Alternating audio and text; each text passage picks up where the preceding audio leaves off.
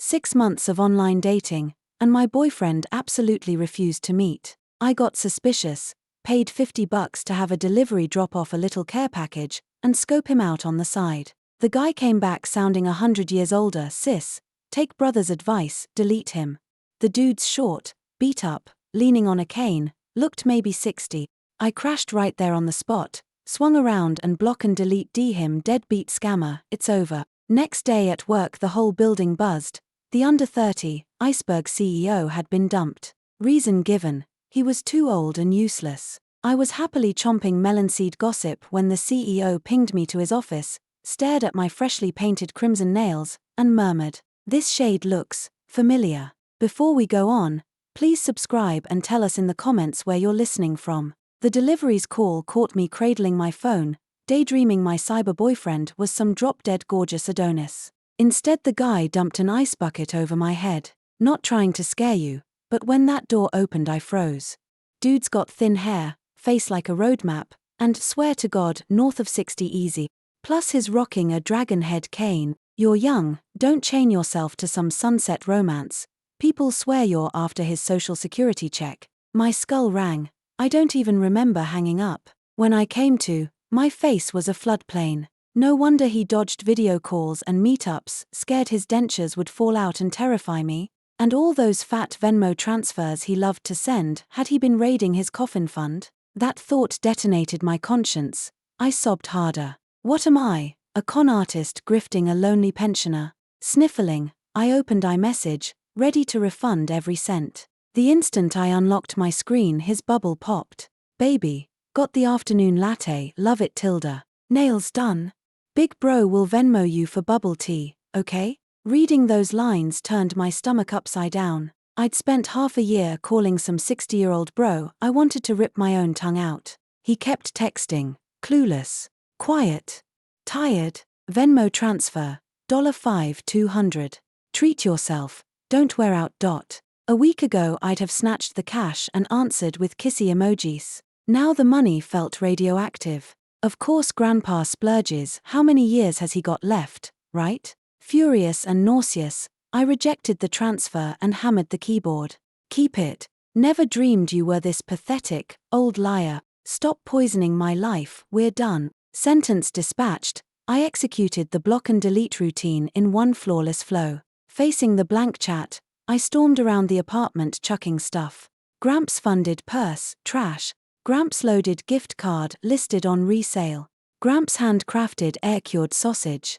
I held the fragrant bag, hesitating 3 whole seconds. Truth, the man's a sausage wizard, better than 5-star hotels. But I shook my head, proud. I'm hunting a boyfriend, not a cook, and I'm not qualified to escort grandpa to the finish line. Casey hardened my heart, bagged the sausage with the rest, and dumped the lot beside the trash-free feast for alley cats and dogs. Jordan I stayed home, bawling until my ego dissolved, convinced I'd lost every shred of face the internet could take. By Monday dawn I trudged to work with eyelids like rotten peaches. The moment I stepped through Vance's doors the air froze. Usually the break room chirped non-stop. Now you could hear the carpet sweat, every face reading apocalypse. I tugged a coworker and whispered, "What company going bankrupt?" The coworker slapped a hand over my mouth, horror in her eyes. Shish. Dylan's back. I blinked. Ethan, the legendary CEO who'd been touring the Denver office half a year, finally home? I'd only been here 6 months, never seen Dylan in the flesh. Rumor said he's cold but brilliant, not a random tantrum type. So what if he's back? Why is everyone petrified? Coworker glanced around, voice dropping to full gossip mode. You don't get it, Dylan's in nuclear mood. The last supervisor who reported just exited sobbing. They say Dylan got dumped. Cliff diving breakup, 0 warning. Wow, even titans aren't safe from heartbreak. Suddenly my own train wreck felt balanced. Still puzzled, I asked, seriously? Golden bachelor, cash and cheekbones dumped. For what? Coworker's face twisted. Word is, she said he's too old. I gasped so loud the hallway heard Emery. Are you kidding me? The corporate bio swears he's 28. If that's ancient, my 60-year-old cybergeezer must be an unearthed relic. The elevator dinged the second the words left my mouth. Out stepped tall, sculpted, custom-tailored perfection, shoulders wide, waist narrow, a face God spent overtime crafting, except those gorgeous eyes shot Arctic frost. Naturally they locked straight onto me. Ethan. No doubt Ethan. The corridor flatlined. My soul left my body. I shrank like a turtle. D. Dylan, the coworker squeaked. I squeaked lower. Ellis. He answered with a chill grunt and swept past, then stopped dead. He pivoted. That razor gaze skewered me.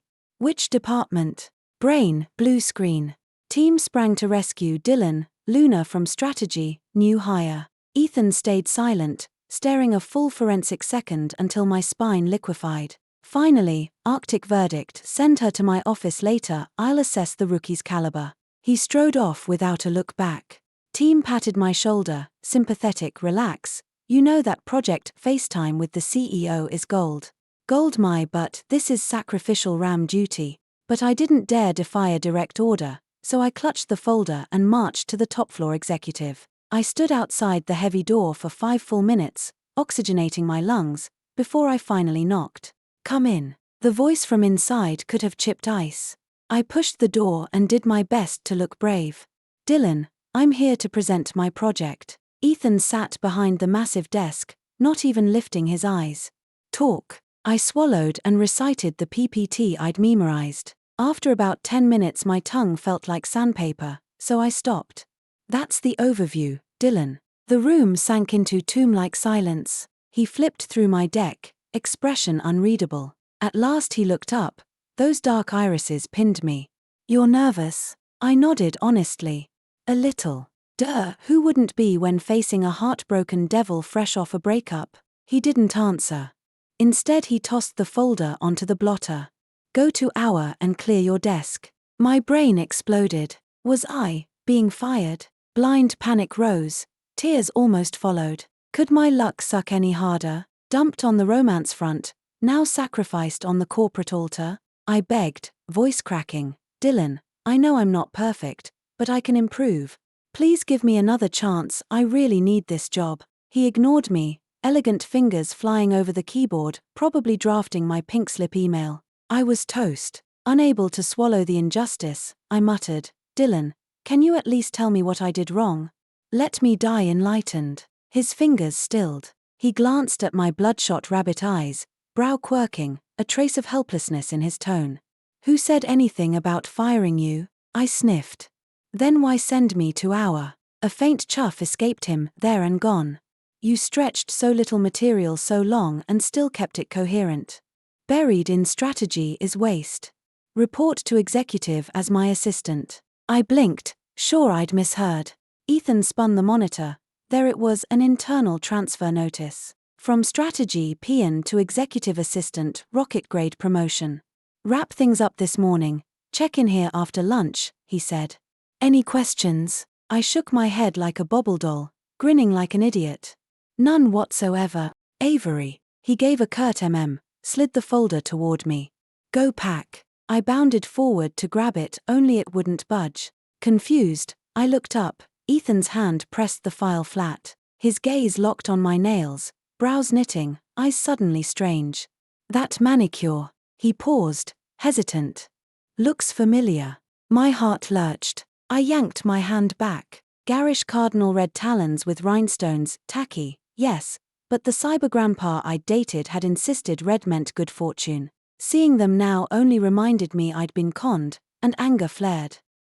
It's my zodiac year, just wanted luck, I laughed stiffly, vowing to trash the gaudy set the second I left. He studied my fingers a moment longer, then my face, eyes unreadable. Finally he waved me out without a word. Paperwork finished, I hit the cafeteria, emotional whiplash had stolen my appetite, so I ordered plain ramen. Seated, I mind-fished out my phone and snapped a photo of the bowl. 6 months of bad habit. If you don't post it, you didn't eat it. I tapped send to my pin-to-top contact. Babe, having noodles for lunch. Miss you Tilda. Chopsticks halfway to my mouth, I froze. Hadn't I deleted that lying old geezer? So who the hell did I just text? Noodles nearly shot out my nose as I dived for the phone. The moment I saw the avatar inky night sky, I practically flatlined. Half an hour ago I'd added the CEO's personal profile for work convenience and, as per 24 Riley policy, pinned him. I'd totally forgotten.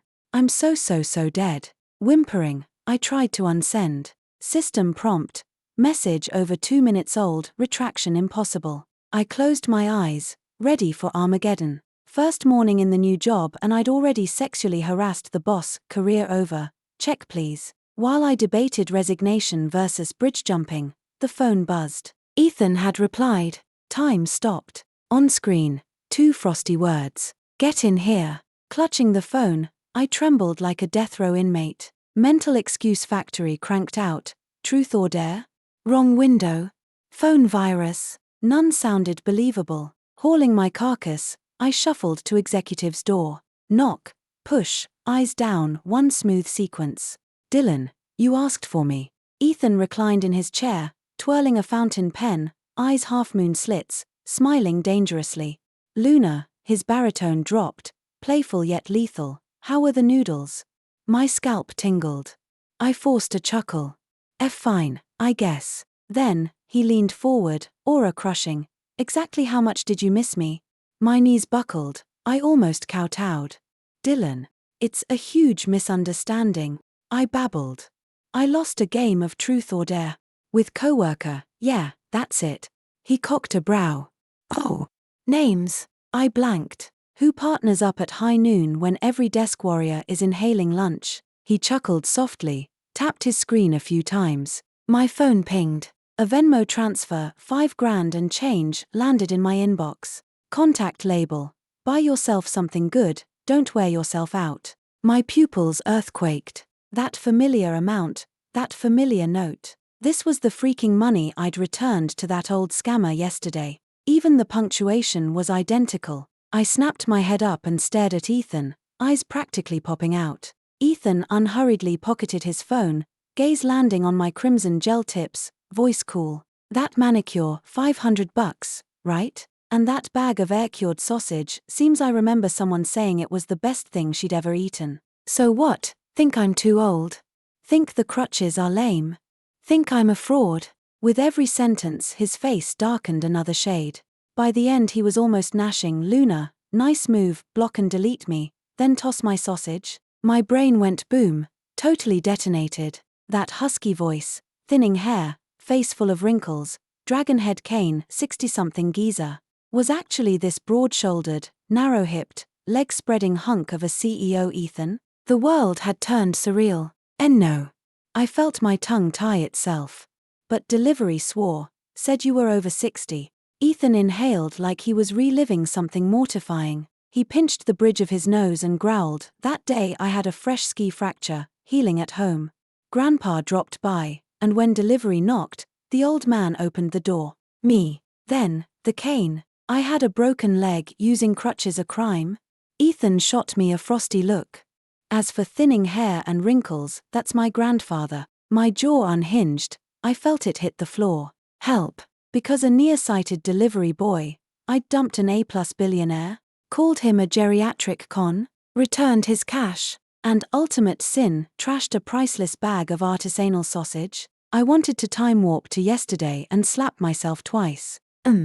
Dylan, I gulped, scrambling to salvage the wreck. If I said I dumped you for being too rich and wanted someone more, financially average, would you buy it?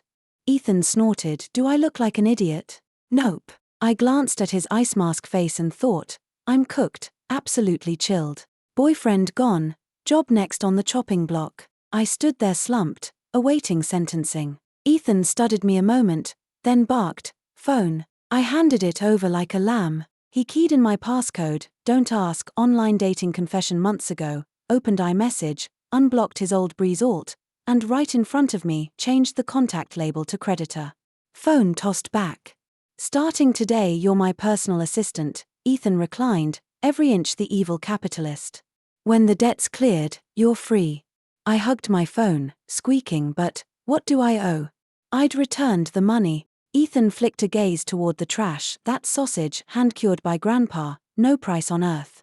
Add my emotional damages, lost work hours, and he paused, eyes dark, the love debt of being seduced and abandoned. My cheeks combusted. Seduced and abandoned my butt. He was the one who refused to meet. I just got the wrong idea, but I bobbed my head. Yes, boss is right. Good, now get out. Ethan waved. Pin my main account to top. Relabel it evil grin master. Me.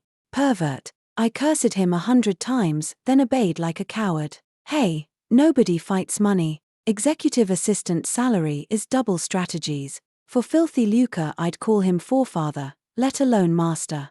But I'd underestimated Ethan's petty streak. The man holds grudges like trophies. Afternoon latte time. I was ordering bubble tea to survive when his text dropped. Creditor, I want pour over. Creditor, hand ground. Creditor, no sugar, no milk bitter enough to match my heart. I twitched, then trudged to the break room.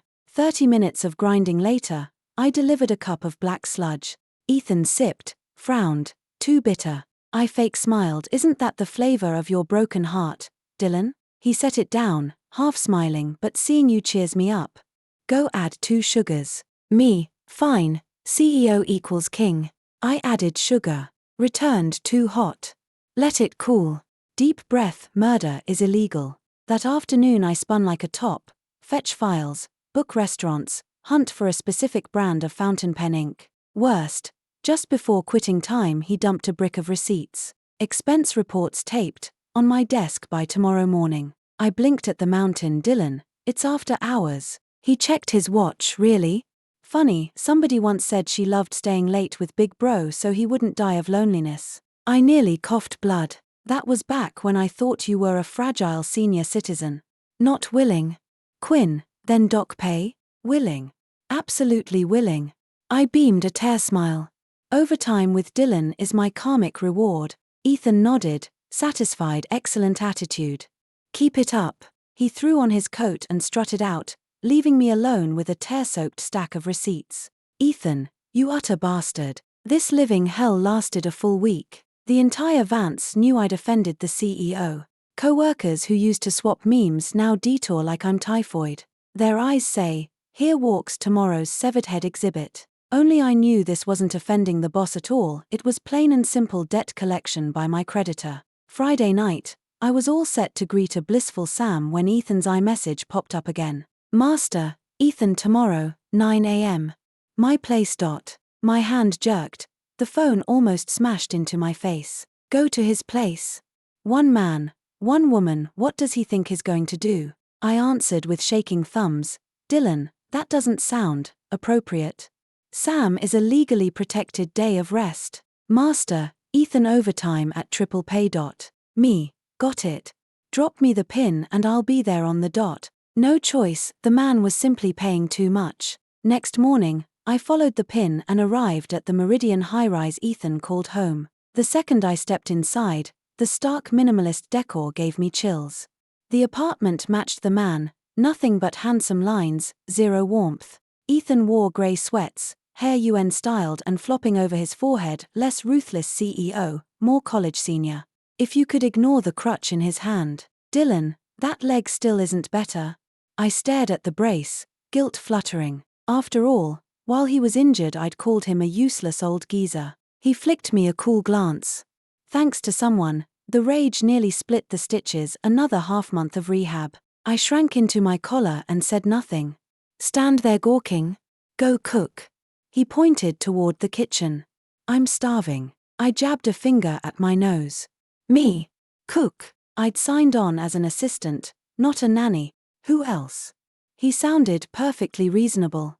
You expect a disabled man to fix your lunch? Fine, disabled dude wins. I surrendered and marched into the kitchen, yanked open the fridge, and nearly screamed. It was cleaner than my face, a few bottles of mineral water and one lonely egg. Dylan, I called, poking my head out, even a genius can't cook thin air. Is this fridge just performance art? Ethan sat playing on his phone, not bothering to look up. Then go by. The bodega downstairs. I trotted downstairs, came back panting with plastic bags swinging, kicked the door shut and heard booming laughter. Ha ha ha, little Han, how come that leg's still busted? You need exercise. Come hit trees in the park with Grandpa, cures everything. The voice sounded familiar. I slipped off my shoes, rounded the corner, and saw a sprightly grandpa on the couch, rolling 2 walnuts in his palm while chatting Ethan up. The moment he spotted me, the old man blinked, then his eyes lit like LEDs. "Yo, aren't you the girl from that day?" Lightning split my brain. This was the 60-year-old delivery had described. Ethan's grandfather. "Hi, Grandpa." I bowed fast, remorse flooding in. If only I'd asked a single extra question or hit video call, this farce would never have happened. Grandpa beamed. "Little girl, your little Han's girlfriend, right? How'd you like those air-cured sausages?" I stuffed them myself. At the word sausage, both Ethan and I froze. Ethan gave a cold snort. "Don't mention it, Grandpa. She said they were pig slop and tossed them." Me, Ethan, "You devil, can't you spare me in front of your elder?" Grandpa didn't get mad, he slapped his thigh. "Good riddance. Those were last year's batch. I brought this year's fresh ones, take £2 when you leave." My eyes misted. See? This is true magnanimity, leaps and bounds above that petty CEO. I gushed. "Jamie. Grandpa, you're an angel." Ethan rolled his eyes and muttered, "Cameron." That meal felt like sitting on nails. Grandpa was turbocharged, non-stop, interrogating my household registration, one push away from dragging Ethan and me to the bridal chamber. "Little Sterling, your face shouts good fortune. You and my little Han are a match made in heaven." Grandpa grinned so hard his eyes vanished. This kid's been stoic since kindergarten. Only when he was cyberdating did he hug his phone and giggle like he was possessed. I sneaked a peek at Ethan. He buried his face in his rice bowl, but the tips of his ears glowed crimson. So, he'd also hugged his phone and giggled? Something in my chest softened. After lunch, Grandpa declared he shouldn't overstay, slipped on his shoes, winked at me to seize the moment, and vanished. The apartment was once again just Ethan and me. The air turned awkward. "I'll go wash the dishes." I stood, eager to escape. "Leave them. Dishwasher." Ethan stopped me. "Come here and change my dressing." "Change dressing?" I stared at his leg. I don't know how." "Then learn." He set the first aid box on the coffee table, rolled up his pant leg, revealing a long calf wrapped in gauze faintly speckled with blood. Looked pretty nasty. Guilt bubbling, I sat, gently unwrapping the bandage. The wound was gnarly, stitched like a zipper. "Does it hurt?" I asked, dabbing softly. He looked down, eyes unreadable. "Now you're careful. Didn't feel sorry when you called me a vintage scammer." My hand jumped, the cotton swab nearly stabbed the cut.